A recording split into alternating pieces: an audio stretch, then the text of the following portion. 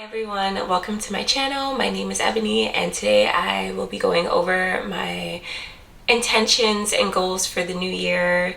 I always really love doing this and I think I have a tendency to say new year, new me, but I always think that the new year is the perfect time or a really good time to just kind of reassess and to see what you accomplished over the past year and what you are looking forward to in the new year and what your focuses and goals should be for that. So I will be talking about my reading goals as well as my channel goals and my goals in becoming a writer or maintaining being a writer.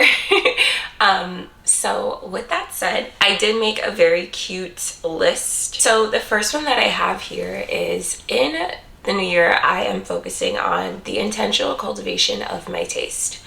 What this means is I feel as though in 2024, I read so many buzzy new release books that I was essentially following what like publications or what other people were recommending that I read and not really following my own intuition and letting that be the guide of my reading. I found that 2024 was a bit of a decent reading year for me. I did read some new all-time favorite books, but it was just such a wild spectrum to where on one hand I read amazing books that I loved, and then on the other hand I read books that I was like, why did I even pick that up in the first place? And I think a lot of that had to do with the fact that I wasn't following my intuition while reading. To me, reading is a very intuitive process. I'm a mood reader, so I need to read depending on my mood and what titles I'm drawn to. So that is going to be my focus in this upcoming year. Just really maintaining more of a unbalanced approach of reading books that I am interested in genuinely, that are backlist or that were published, you know, a decade ago or in the past. And then also, of course, staying up to date on new releases because I do love new release fictions and a lot of my favorite writers are releasing this year, so I'm excited for that. Another goal that I have is to read big books, and to me, a big book is any book that is over 400 pages. I know that can kind of depend on what type of reader you are, but for me, I typically read contemporary literary fiction and poetry. So to me, any book that is over 400 pages would qualify because I typically read around like a 300-page book on average. So some of these big books include Pachinko, which I have my eye on. It kind of falls in the same vein of historical fiction, intergenerational tale as the love songs of W.E.B. Du Bois, which I absolutely loved. So I've heard nothing but outstanding things about Pachinko, and that is on my list of big books to read. Another book that I want to read that I've had my eye on for a while is Zadie Smith's I'm in a rolly chair, so I'm rolling around a little bit. Is Zadie Smith's On Beauty. This book is 443 pages long, so I would qualify, once again, this as a bigger book for me. So, of course, I want to read big books like that. I'm also not going to shy away from a book that is 700, 800 pages. I just really want to take my time and really feel like I'm a part of a world, feel like I'm growing with characters, feel like I am encountering the same conflicts that they are, or just have more of an opportunity to empathize with the stories that I am encountering as opposed to just reading smaller books. I guess I kind of forgot this. I should maybe talk about my overall reading goal. So I did the math over the past few years, how many books on average I read, and that number came out to about 42 books. In 2024, I read 30 books. I was significantly busier in 2024 with being in classes for certification and then also just working full-time and really focusing on my writing. But this year, I have a loose goal of reading 40 books since on average I tend to read 42 books every single year. What that comes out to is maybe like 3 books in a month, which I think is more than feasible. So actually a little over that. It's about 3 to 4 books per month. So with that, I want to make sure though that instead of just reading to reach a goal, I'm actually reading books that are longer and decadent and just tales that I can really sit with. Believe it or not, I did not read that much poetry in 2024. It's actually the lowest read number of poetry collections I've read, I think, since I started this channel in 2021, 2022. I read 8 poetry collections. I would love to read more. I tend to try to read maybe, you know, a poetry collection a month, or at least 15 poetry collections. I have those sitting in my bookshelf now. Some of those collections include Homie by Denez Smith. I have over here the collected poetry of Nikki Giovanni. I also have an anthology of African American nature poetry. So once again, the theme is I'm focusing on big books, but I still do want to read a variety and a depth of poets, so that's what I'm focusing on. I want to become a well-read person when it comes to modern classics. I feel as though my most impactful reads that I have, when I think of Sula, when I think of Beloved, when I think of Giovanni's Room, these are modern classics, and I want to read way more of them this upcoming year. In that same breath, I realized that I was reading primarily female authored books, and I want to read a nice balance of male and female authored books, specifically for Black and other POC authors. So with that, I am currently reading Enter Ghost by Isabella Hammad, which I could see for sure becoming a modern classic for its many different reasons. Stylistically, it's doing a lot of interesting things, but it also talks about like art as resistance, especially in an occupied state.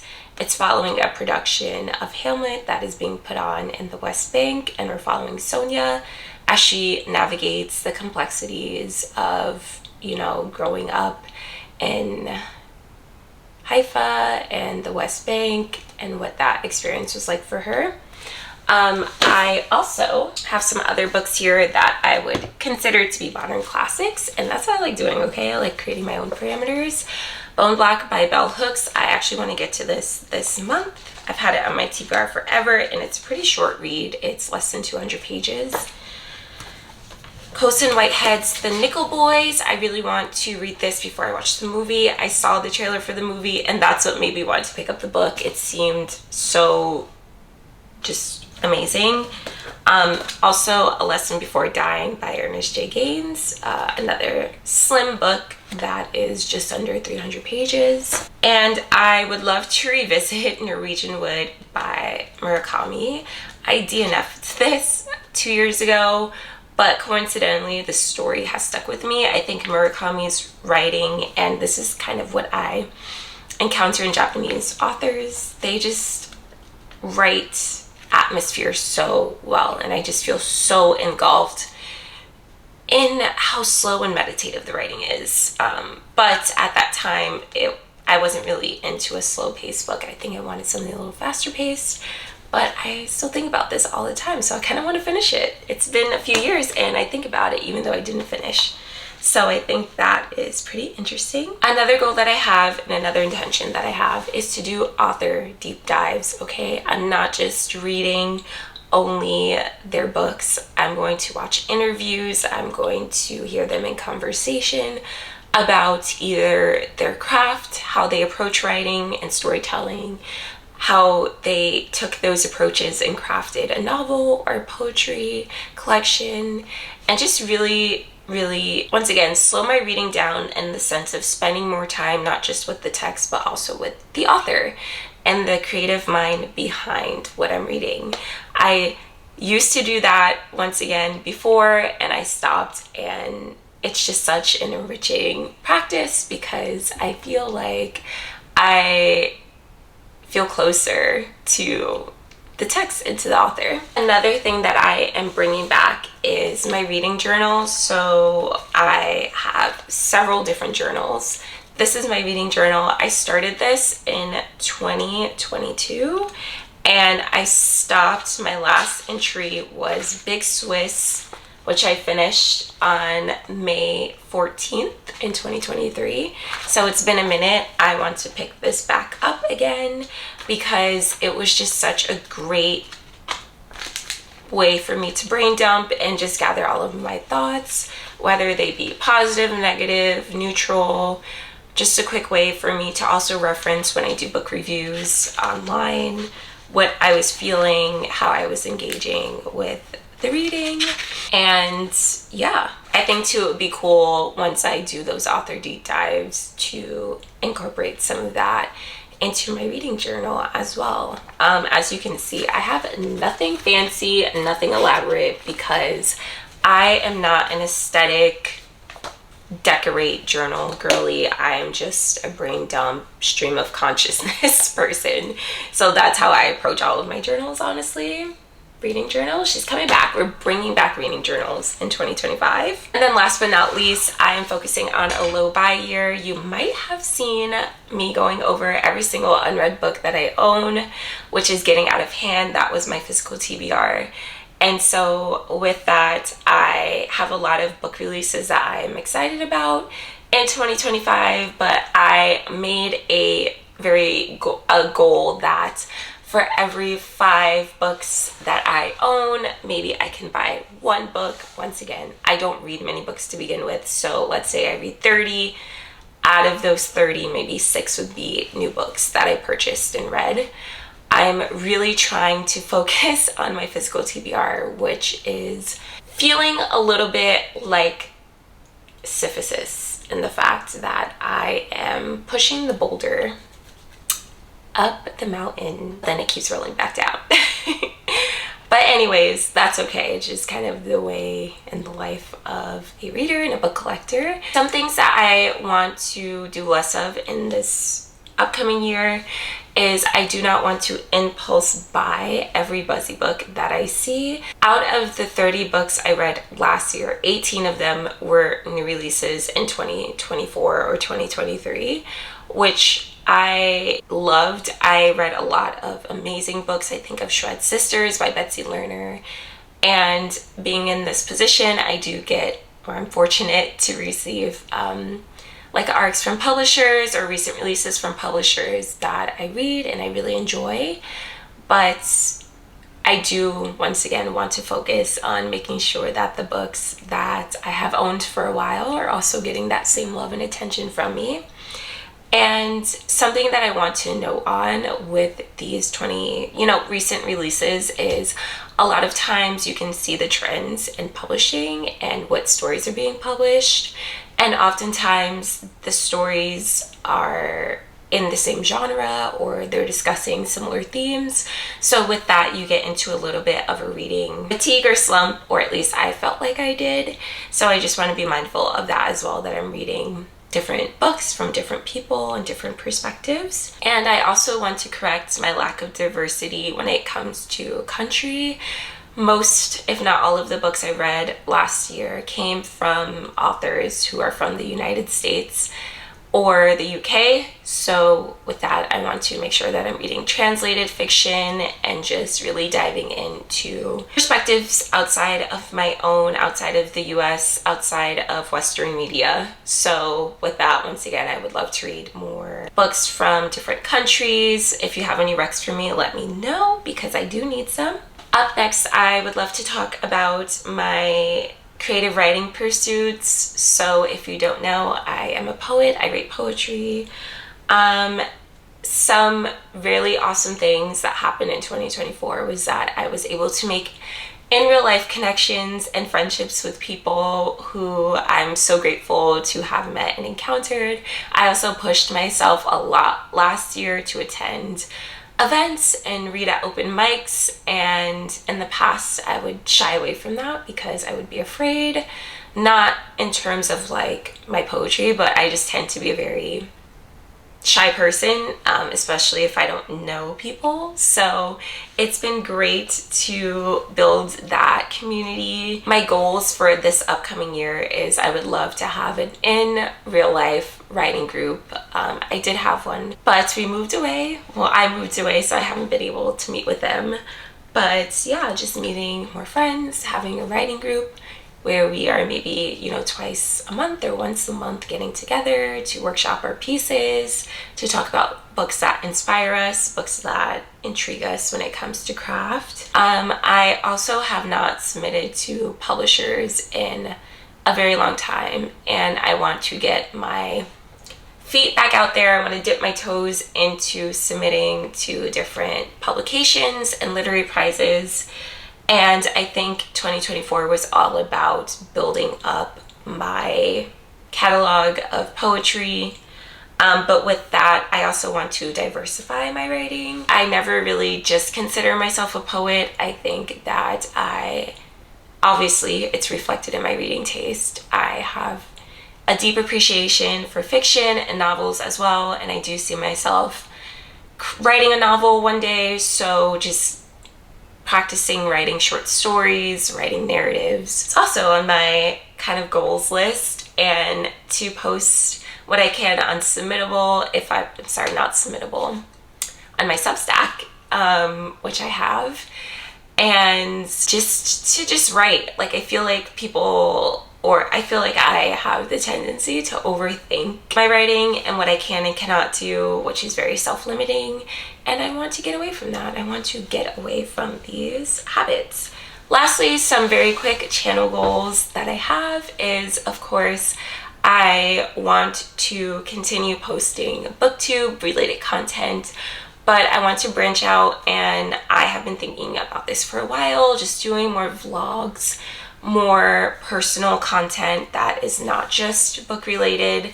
I watch a lot of vloggers, and honestly, that's the content I watch more than I watch booktube. And so I think that if I can find a way to successfully blend both literary niches, both content niches, then I would have a very, very nice flow on my channel, because I don't read as much, and sometimes with that I don't really know what to talk about. So I think that is a cool goal to have. I would also love to reach 10,000 subscribers this year, and I just cannot believe that this platform has grown so much. I literally started from scratch. I think when I first posted my videos, I had 15 subscribers, and those were all of my close friends and family members.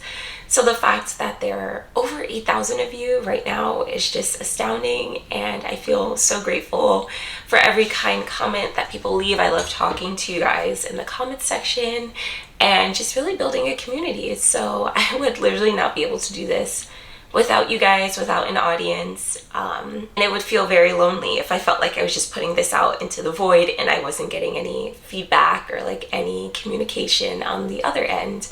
So just continuing to grow my community, continuing to diversify my content and my reading and my writing, those are my focuses for this year. I think that is how you grow and evolve, when you challenge yourself and you get out of your comfort zone, and that's what I'm looking forward to do in 2025. Yeah, I think I covered everything. Thank you so much for being here and for listening to me talk and just giving me the space to do that. I really hope that you have a blessed, fruitful 2025, and that you are able to achieve all of the things that you want to achieve, and you challenge yourself.